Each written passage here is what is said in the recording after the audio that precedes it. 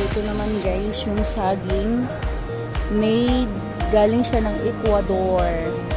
Pwede na 5.50. Sige, bili tayo ng 1 kilo. Oh, ito. 1 kilo. Tingin kaya 1 kilo niya. Diba guys? Ganito na kamahal talaga. Mahal na rin ang bilihin dito.